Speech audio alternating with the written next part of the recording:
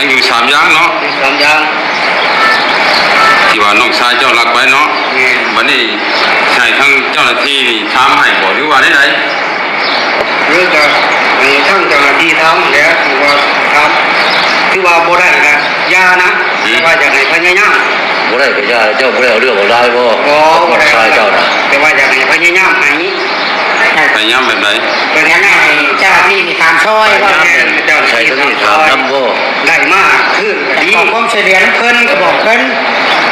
ถ้าว่าบ่ได้แล้วก็ยาที่จะได้มันบ่ได้คอยก็บ่อยากเอาเรื่องว่าควบสิได้หรือว่าอยากได้ขึ้นก็อยากได้ขึ้นสิว่าให้ทั้งเจ้าหน้าที่ช่วยถามให้เบิ่งอีกบ่แม่นแต่สำหรับน้องชายประจำสไรก็สิไปไทยเอาเนาะไทยเอาเพิ่นฮู้แล้วน้องอันนี้ละ200,000นะ5อย่างนี่ประมาณที่เอาไปแล้วเนี่ยละ200,000เบิดมูลค่าวันนี้ทั้ง3อย่างยังบ่ได้เนาะยัง3อย่าง3อย่างแต่ยังอยู่600,000นะคันไปไทยมาคืนบ่พวกมัน2อย่างนี่ไปไทยมาคืนมันเป็นคนไปเอาบ่มันเติมคนไปเอามาบ่มีหรือว่ามัน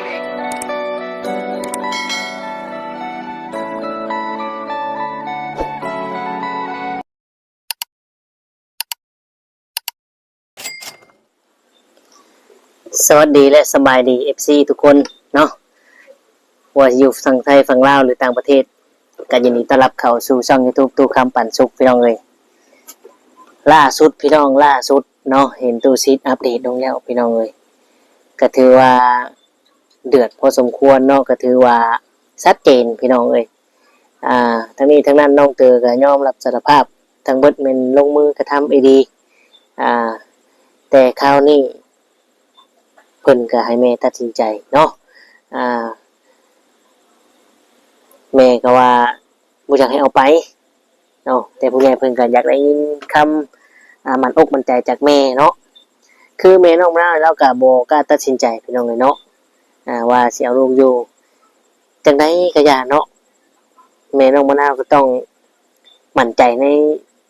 ความเป็นแม่เนาะพี่น้องเอ้ยบางเทื่อน้องเตยเห็นแบบนี้แล้วเราก็อาจจะเปลี่ยนแปลงก็มีเนาะเพราะว่าเพิ่นเอาแท้เนาะมันเป็นเรื่องเด่นพี่น้องเอ้ยเพิ่นจับไปแท้ได้แต่ว่าน้องเตยนี่สิเปลี่ยนสิแปลงนี่มันขึ้นอยู่ที่ใจเราเองพี่น้องเอ้ยเนาะไม่ว่าสิรักขันรักนี่อบรมจังไดก็คือเก่าพี่น้องเอ้ยถ้าว่าจิตใจเฮาบ่เปลี่ยนเนาะทุกคนมันเคยผิดพลาดกันทั้งนั้นยังไงเนาะฝากถึงเด้อเนาะฝากถึงผู้รักผู้ใหญ่เพิ่นก็เป็นห่วงแหละพี่น้องเป็นห่วงโมยนะเพิ่นสิเอาขึ้นเพิ่นเป็นห่วงเนาะที่เพิ่นว่าก็ได้พี่น้องเอ้าเพื่อบ่ให้เป็นการเสียเวลาเลยเฮาจะพาไปเบิ่งไปชมคลิปนำกันพี่น้องเอ้ยเนาะว่าเป็นจังไดก็ถือว่าน่าเห็นใจเนาะน่าเห็นใจทางเกมวันนี้เราก็บ่ได้เอาความถือโทษหยังให้อภัยให้อโหสิกรรมให้แก่กันเราว่าจังไดก็เป็นน้องนุ่งซ้ำครอบครัวเดียวกันแล้วก็ถือว่านั่นแหละเราว่าแต่อยากให้ทั้งการจัดตั้งเพิ่นเนี่ยสิว่าให้อยู่แล้วก็ให้อบรมให้ยันไปรักของคนอื่นมันสิให้กระเต็กกว่านี้เพิ่นว่านะพี่น้องเอ้ยเนาะกระติกของเราพี่น้องเอ้ยนี่ของกันเองได้ของคนในเฮือนได้แต่คนอื่นเนาะยิ่งกว่านี้พี่น้องเอ้ยเนาะไปพี่น้องเดี๋ยวไปชมคลิปกันบัดนี้ let's goอยู่น้องนี้มาเป็นหม้อนั่นนะเขาจะว่ากันกันเขาจะถามเรานี่เราว่าได้เปลี่ยนได้บ่เนาะแม่นว่าถ้าเปลี่ยนไปนั่นสิไปผู้นั้นเปลี่ยนผู้เพราะฉะนั้นซะบ่ได้จิตใจเรานี่สิเอาขอลูกแม่100%นะบ่ทันว่าเป็นพื้นน่ะรับประกันน้ำพอแม่ผู้ปกครองก็โอเคก็ร้อยมันก็ร้อยมันบ่ให้ว่าร้อยมันไงเราว่าคันว่าเจ้ารับผิดชอบได้เนาะถ้าเอานี่ก็บ่ได้เอามือของเพิ่นมาให้เจ้าแล้ววันนี้เอามาให้แล้วว่ารับผิดชอบได้อยู่ในประเทศบ่ได้ว่าบ่จุดเด้เอาเฮ็ดได้เจ้าว่าให้ครับ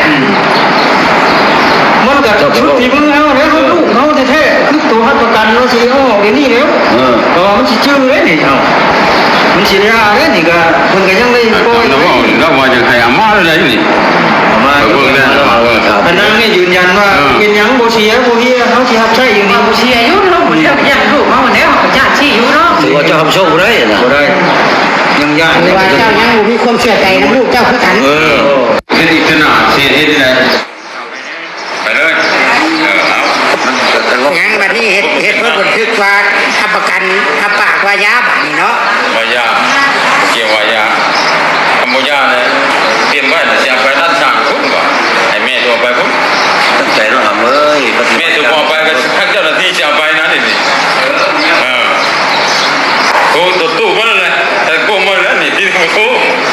คำว่ายานะ โอ้ก็ออกเมื่อแรกหาทำงานจะไปเหตุการณ์งานตัดยิบตัดเด็กว่าเนี่ย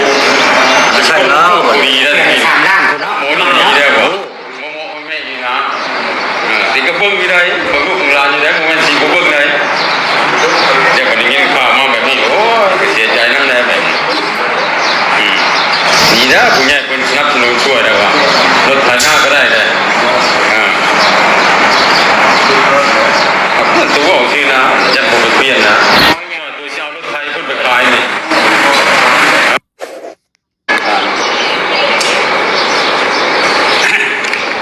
มาอีกคำหนึ่งเนาะเกี่ยวกับที่ว่าเครื่องใช้ของเจ้านี่เนาะมันมีอยู่หายากเลยบอก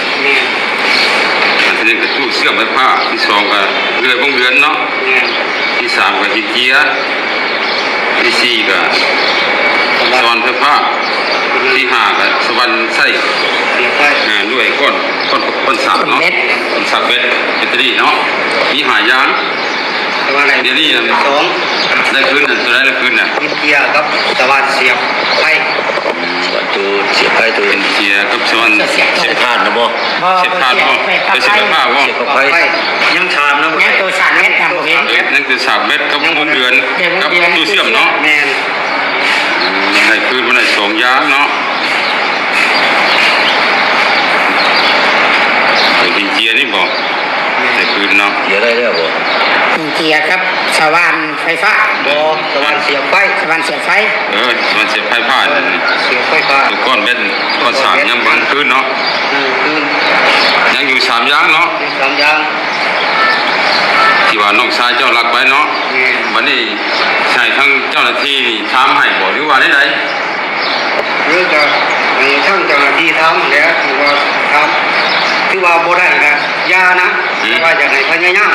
บ่ได้ก็ย่าเจ้าบ่ได้เอาเรื่องเอารายบ่ อ๋อบ่ได้ ชายเจ้าน่ะ แต่ว่าอยากให้พยายามให้ พยายามแบบไหน เป็นงั้นให้เจ้าหน้าที่มีการช่วยว่า เจ้าหน้า ใช้ ที่ ทั้งนี้ถามนำบ่ ได้มากขึ้น แต่ ดี ขอความช่วยเหลือน้ำเพิ่นก็บอกเพิ่น ถ้าว่าบ่ได้แล้วก็ยาที่จะได้มันบ่ได้คอยก็บ่อยากเอาเรื่องว่าควบเสียดายหรือว่าอยากได้ขึ้นก็อยากได้ขึ้น ที่ว่าให้ทั้งเจ้าหน้าที่ช่วยถามให้เบิ่งอีกบ่ นี่ แต่สำหรับนอกชายประจำสไลก็สิไปไทยเอา ใคร เนาะ เอาท่านหู แต่มันรอดอันนี้ละ200,000นะหาย่างนี่ประมาณที่เอาไปอันนี้ละ200,000เบิดมูลค่านะ วันนี้ทั้ง3อย่างยังบ่ได้เนาะ ยัง3ย่าง ตามยาง สามอย่าง ก็ยังอยู่600,000นะคันไปไทย แต่ไทยมาคืนหมดพวกมันสองอย่างนี่ ไปไทยมาคือ มันเป็นคนไปเอาบ่มันเติมคนไปเอามาบ่ มีหรือว่ามันเองคอยนอนหน้า แม่ แม่เนาะ แม่เนาะแม่เป็นคนไป เรา ข ประ อ กาศ ไทย เป็นผู้ว่าเลยแล้ว แต่มาคืนในสองอันยังสามเนาะ ถาม วันนี้สิวันมันได้มาไผโมเดียวก็บ่ วันเดียวเบิดเป็นวัน วันนี้สมมุติว่าไปถามบ่ได้นี่เจ้าสิเมาเรื่องอะไรนี่บอกนี่ได้สำนักชายเจ้านี่ บ่บ่เรื่องหรอกแต่ว่าอนุญาตให้ถึงทีเดียวอโหสิกรรมให้แล้วนะ นี่นะ ยา เบียร์เฮ็ดเนาะ กระดาษก็เธอ2เธอ3ไปแล้วบ่ให้มีมันต้องมันก็สิเน้นอยู่ดอกเนาะบ่ให้มี เป็นเมทัลเจ้าได้สมบัติ อนุ เม มั ทัล ติ เจ้า ไว้ ใส่ เพราะว่าจะ เอิ้นว่ากับ ตี ไม้ ง่ายเลยเด้ เรียกว่า เตรียมได้ยำเลย นั่นนี่เนาะ อ่า เรียกว่าคือโอ้ยถึงชั้น4คนเดียวว่าคนเราบ่รอดเราบ่รอดดักแน่นปานนั้น บ่ได้เอาไว้ของการ เนี่ยถามแม่เนาะเสียงไปฝากบอกคือว่า เบิด เสียงเมื่อศึกษาผมตื้มเนาะไม่ถามนั่นอีกเลย ถามมาแล้ว เออ แต่ว่าเราเฮานี่ แกฝากทางเจ้าหน้าที่จะส่งให้บ่ยากเนาะ แต่เฮานี่บ่ได้แล้ว นิ้วก่อนบ่ได้เนาะ กันว่าคนที่ได้บ่ได้แล้วคนยอมว่าคนสามารถแล้วก็อาศัยทั้งพี่ได้แต่ก็สุดแล้วกันว่า สิแม่นแม่บ่อยากให้ไปนั่นแหละ ข่อยนี่นั่นข่อยสิขอคืนเมื่ออุ้มเมื่อที่ช้าดูข่อยนี่ก็สุดแล้วเจ้าสิเอา เลย ผู้ด่าไว้แท้ดูว่าเจ้าจือบอกมันเป็นมันนี่คอยมันทำได้บ่ใช่รู้ได้บ่ ถ้าสมมุติว่ารักของคนอื่นบ้านนี่เนาะของน้ำบ้านนั่นอย่างเด้บ้าน เออมันบ่มีวันเอาแล้วบ่เบิดเด้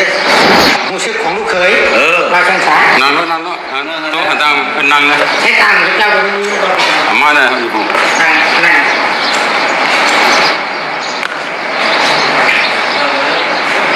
ที่นั่งคนกลางมือแล้วเจ้ามานั่งที่เจ้า อ่า มานั่งเจ้านั่ง เดี๋ยวนี้เจ้าอยากถามผู้ปกครองเนาะ ทางหลายด้าน เจ้านี้ที่ว่าถามแล้วท่านลูกเขยเจ้านี้ที่ว่าเราไปรับไปหาอย่างได้คือมา2อย่างเนาะยัง3อย่างนี้เราก็สิบอกเรื่องเอาล่ายังจะเราอยากให้ทางเจ้าหน้าที่นี่ถามให้จืมอีกแน่นะว่า สวยแล้ ถ้าว ว่าให้ช่วยทำบ่ได้ก็คือว่านั้นเนาะบ่จะเข้ามาสิอันนี้ก็สิไปค้นคว้าปรึกษากันก่อนเด้อเดี๋ยวนี้เด้อบ่ทันว่าได้เด้อเนาะสิผู้พันกับทางนั้นท่านในบ้านเป็นคนได้ถามก่อนเพื่อจะให้ทิศทางวิธีการแบบใดสิโทรหาพ่อแม่เขาบอกให้ถามเบิ่งตึ้งแบบนี้คนพวกมีก้อนตึ้ง มาแล้วก็ยังครับ เลย ชี้อ่ะ นั่นยังว่า ถูกแล้ว เออ เพิ่นเห็นเพิ่นออก วันนี้เกี่ยวกับลูกเจ้านี้ ทางคนเรากัน เจ้าสิเอาขึ้นเมื่อศึกษาบุคคลบอกที่ว่าให้ทางเจ้าหน้าที่ส่งไปพัก ถูกไปเมทามที่นี่ว่าถูกจะไปว่าถูกไหม โอ้ถามมันก็ได้ เกี่ยวนี่ เออ คุยเลิกแค่รบอันนี้ จะมาถูกไว้เขาอยู่ไปจริงกับ บอกเกี่ยวได้แต่ว่าให้คุยไปนะว่าเนาะเออ บ้านนี่ไปรุ่นเด้อวัน เรียน ไปรุ่น เนาะ จะเคยสิอยากไปกูอยากไปเล่นได้กูสิหาใช่แล้วเพราะว่าท่านบ่มีเราจังบ่อยาก พอจะลองถามผู้ใหญ่เพิ่นดูว่าลูกข่อยนี่ไปตาวไปบ่หรือตาวอยู่จะลองถามเพิ่นบ่ลูกจะลองถามเพิ่นคืนนี่นะตอนนี้ คันตูมีเงินเสียซื้อมาให้เราคืนน่ะตรงนี้ได้เราอยากได้คืนแบบนี้ว่าแม่สิขายหน้าให้บ่โอเค บอกมันนี่ มันบ่ได้เจ้าว่าสิบ่ถึง ให้ทิศมันเลยเนาะยังทางมันมาแล้วก็ อ๋อเป็นเราบ่ยอม พร้อมแล้วนะ บ่ได้ถือว่าเฮาชูเฮา ท่านเนี่ยเจ้าพังความต้องการ เขาเรียกโจรนี่ วันเนี่ย ก็คือว่าเจ้าว่าที่เจ้าเรียกโจรเมียนเป็นเฮือน แล้วดูมาบ่ไปลูกชาวญี่ปุ่นก็มันบ่ให้ไป บ่เว้าช้าทางไกลบ่เว้า บ่ได้ เจ้ากูเห็น ที่ กับ สา ตา สมมุติว่า ลูกชาย เจ้าเอาน้ำเกลือเบื่อที่สิบอกสอนเอาก้อนกับ เจ้าว่า ที่เอาเสียงปุ๊บเกี่ยวมาสร้างบ่บันทึกอยู่ได้ เจ้าเองตัดสินใจ แต่ว่าที่เทื่อหน้าเทื่อไหนเนี่ยมอบให้ทางเจ้าหน้าที่ให้มันเช็ดลงไปหั่น เดี๋ยวบ่ให้ไปมันผิดตามคือตามทีเกี่ยวพันไปยังว่า แล้วอันนี้ก็สีถามมีเนาะ จะถามพี่ครับว่าสิถามมันบ่ถามก็ได้ถามโจรบ่ถาม ถามมัน มีใครได้ แต่เขาตัวมาเลยเพิ่นบ่เฮ็ดหยังเขาก็บ่เจ้าไปทักมันมื้อนี้บ้านนี่ครับ สมมากับเจ้าว่าไปนะ นี่แหละของสีเอาดิพี่หมอนั่นนะนี่แหละของสีเอา น้ำที่ใช้ก่อนนะ รักเขามาขาย ตัวนี้ มันไม่อยากไปที่กลุ่มมอเลย เพราะตัวนี้ถือว่าเขาไปพ่อเลี้ยง ตาม โจ โจ ร ร เมียน เนาะ ตัดสินใจเบิ่งสิเอาเมื่อศึกษาผมบอกคือว่าทางเจ้าหน้าที่ส่ง เจ้าการใจเจ้าผู้ผิดเจ้ากับลูกเจ้าเดี๋ยวนี้กูเมื่อสิบอกมันได้อยู่ เฮ็ด อันนี้เห็ดอยู่ในเฮือนในอันนี้อยู่ในมันเกิดบุมีอยู่อาศัยอยู่เจ้าเนาะไอ้น้องกับบุมีคันว่ามันเคยเอาแล้วนี่บุบะบุไหมก็ได้บอกตอนยังแล้วก็มาสมมุติมันเอาเมื่อหลังจากมันเฮ็ดข้างนอกนี่เพิ่นได้ปรั๊บใหม่ได้เจ้าบุมีให้เป็นเจ้ามีเจ้าได้เสียอยู่แล้วถึงโทษก็หน้าน้อยหนึงก็บีให้แล้วขายเอามาใช้ให้มันคันมันบ่ยาบ่ยอมใหม่ ผมบ่แม่นว่าเน้นไปฝากก็หาขึ้นแล้วเนาะเจ้าก็กะว่าสิเอามันอยู่แล้วจัง ปกติแท้เหรอครับ ไม่ได้ว่าโอ้โห บ่ได้บ่ มาฝากมาตีเนาะเนาะไอ้เจ้าบ่เฮ็ด ลุง ผิด พัก เนาะ เว้ากินนี่จังว่ามันเสนอฮอดลุงสิไปมันว่าไปคุมเพียงสมัยศาลอันที่คุม ชานที่เข่าเป็น ขาดแฮอีก ชานเฮเขาจะไปยุค มิตรนี่ ไม่สบาย ใจแม่นี่นะนี่ครับจิตใจของเจ้าเด็ดโดดนี่ แต่ลุงคำได้ว่ามันจะไปเลย มิตรว่าอะไรกับคอยสิโคแล้วลูกคอยว่าคอยสิบกสิชน มันที่แม่ถามมาบ่ไปเนาะ คอยสิบกสิชนให้ลูกคอย ลูกเขาเอง ลูกเจ้าเองเจ้าตัดสิน เกี่ ใจ ยวกับมันเด้อนี่ เจ้าคอยเกี่ยวกับมัน ตัดสินใจเอง ผมใจเจ้า ของเรายังหมดหลักอ่ะ บอกว่าเรา มันจืด ว่าเฮาสิเอาเมื่อนี่มันสิลาบสิจื้อบ่ก็สุดแล้วแต่ใจเจ้า ใจตัวเองใจแม่ คือว่ามันเป็นภาคไปพังหมด น้องเขาก็ไปจับผมบอก อันนั้น ถาม เ มันก่อนนะไม่ได้ค่ะ พิ่นจะเจ้ามาถามใจเจ้าว่าเจ้าเพลงลูกเนี่ยเจ้าสิตัดสินใจแบบไร อืม ผู้ใหญ่เพิ่นถามเจ้าแบบนี้นะ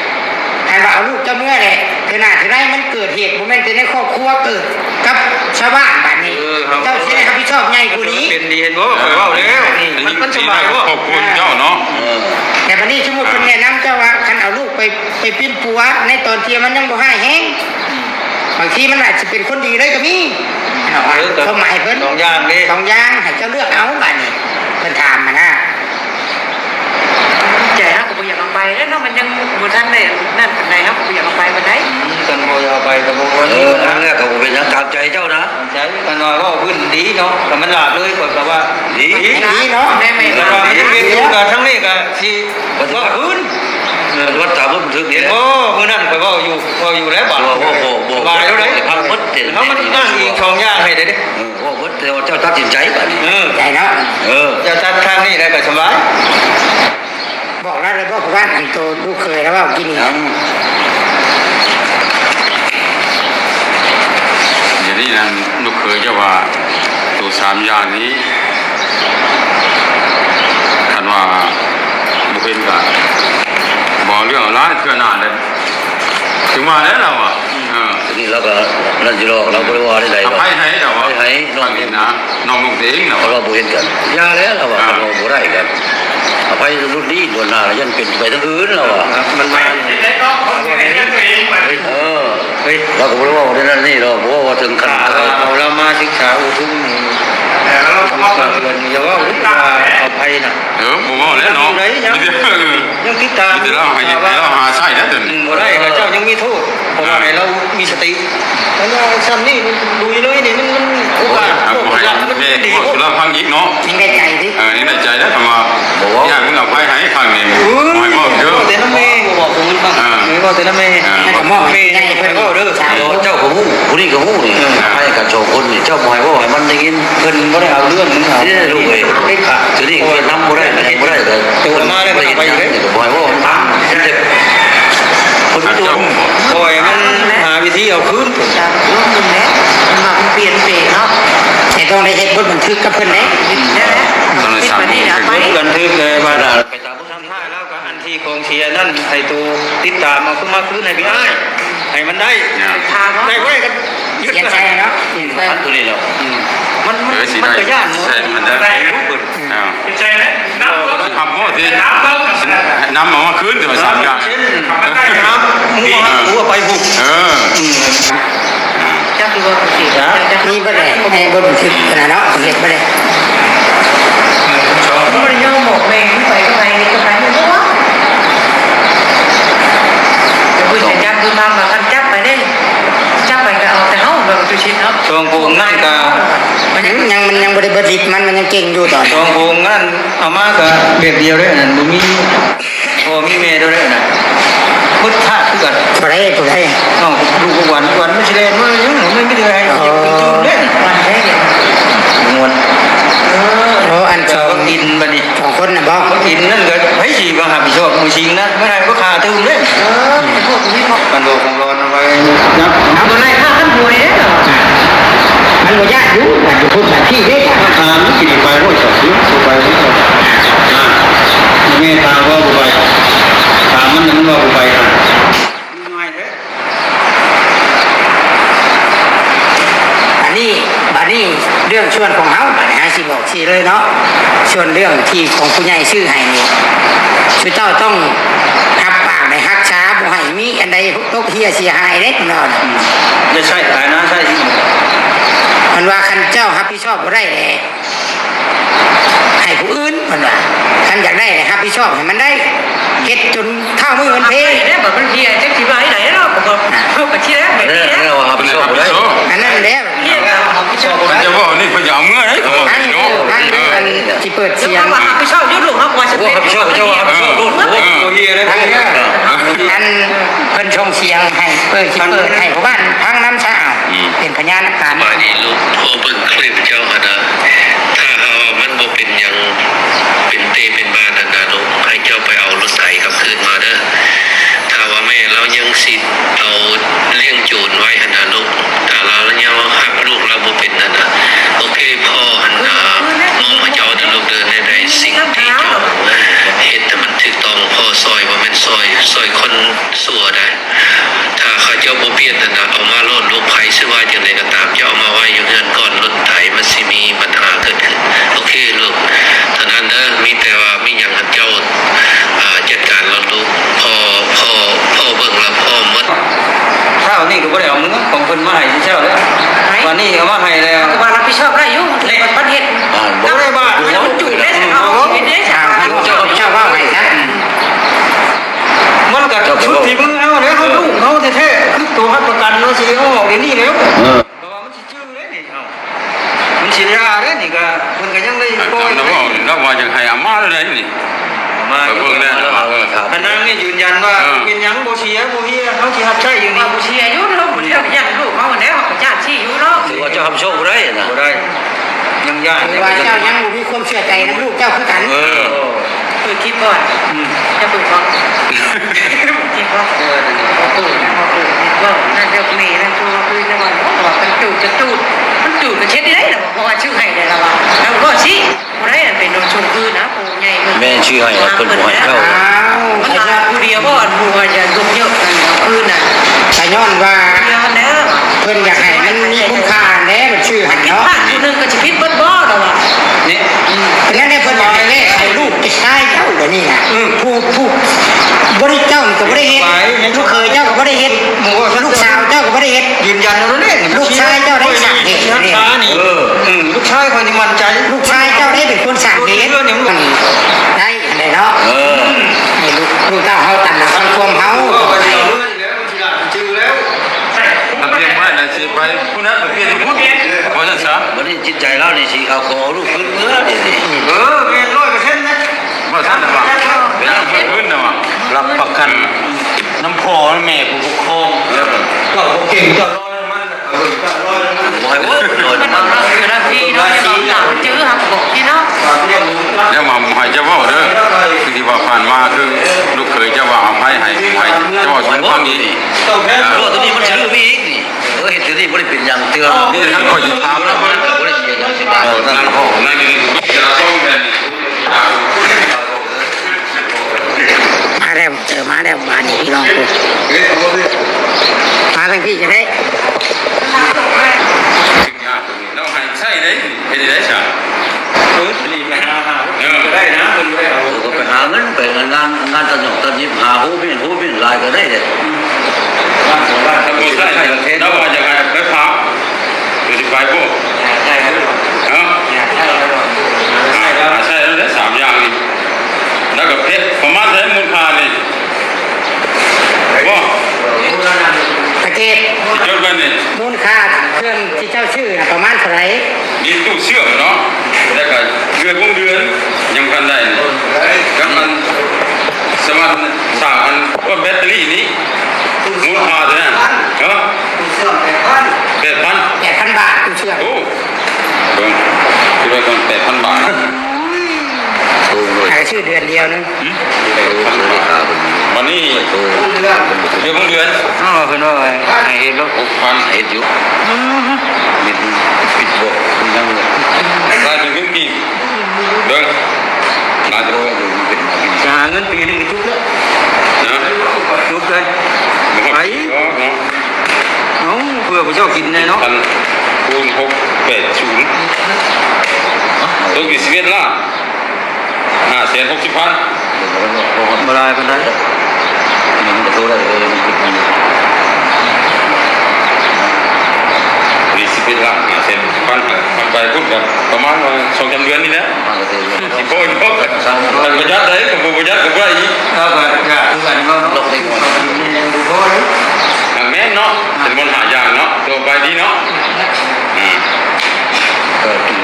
แล้วมันเกิด เฮ็ดอีกขนาดสิเฮ็ดที่ไหนเอาไปเลยเอา มันเกิดแล้ว งั้นบัดนี้เฮ็ดเพื่อบันทึกว่าทับประกันทับปากว่ายาบัดนี้เนาะ วายาเกี่ยววายาคำว่ายาเนี่ยเตรียมไว้เนี่ยจะไปร้านช่างพุ่นก่อนให้แม่ตัวไปพุ่น ตั้งใจต้องทำเอ้ย แม่ตัวพอไปก็ทักเจ้าหน้าที่จะเอาไปนะนี่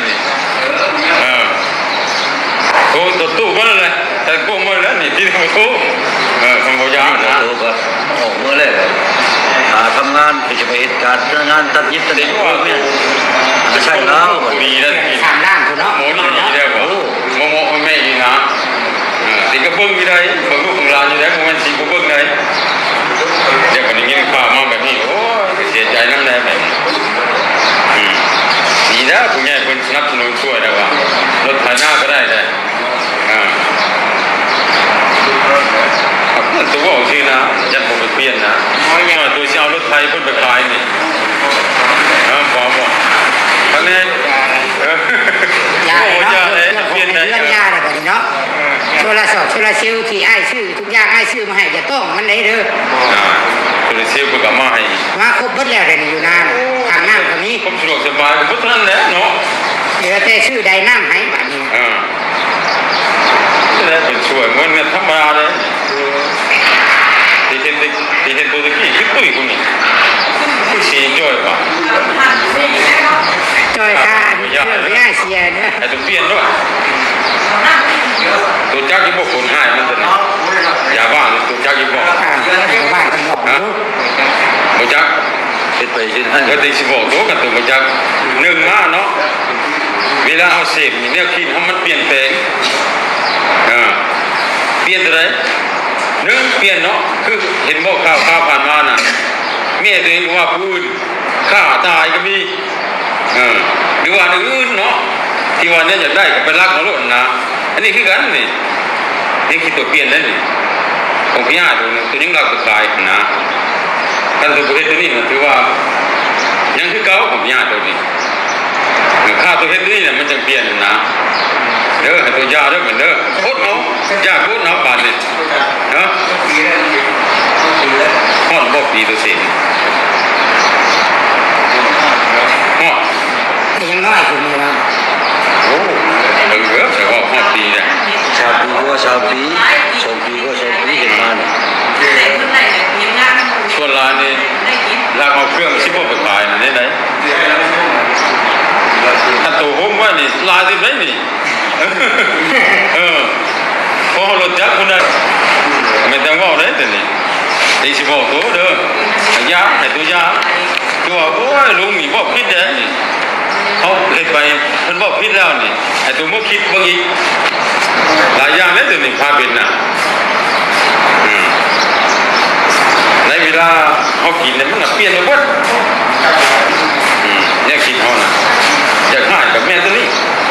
อยากกินรักกับแม่ตัวนี้เพราะฉะนั้นซะชอบหาอยู่แหละ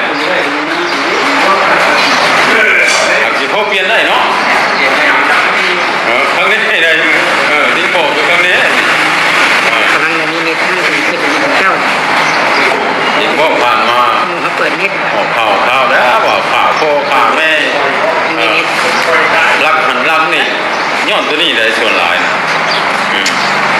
ผมแม่ว่าสกินไปเด้อเท่ผมแม่ได้ตัวนี้เนี่ยสังคมคนรังเกียจอยู่แล้วสังเกียจดีคนมาได้ทานได้ขาคนน่ะไปชิลงมาบ่เอาเจมาเลยคำเปลี่ยนเนี่ยจะได้สร้างบุญเป็นประตูได้ว่าตัวยาแท้สิเลิกพวกพันมั่วสุมสิ่งเสพติดเลิกแท้นักจากเลิกแล้วไปหาเหตุงานแต่ยังมาใส่เพิ่นเด้อว่าอีได้เหมือนลูกงอดินได้นี่แม่แล้วสิบอก ไปเฮ็ดได้คือเราผ้าก็เต็งมือนั่นนะถามเอาไปใช้หำตัวเอาก็ไม่ได้เอาหรอกนะผ้าว่ะผ้าห้องพึ่งอยู่ใครแต่บุพาลงมา ตัวย้อนตัวนี้เนี่ยนะตัว ใกล้กันซ้ำมือ เขาเด้อตัวที่หนึ่งได้นี่ตัวที่สองนี่ตัวออกไปแล้วพักไปเหตุราชการนี่ครับมันก็วิทย์ไปน้ำมูกูที่ว่า เลื่อนลอยอยู่ในบ้านนะอันนี้ก็บ่ให้ปฏิเสธหมู่แต่ว่าเขาอยู่ใจเขาเองว่าซั่นซะถ้ามีกระตูตก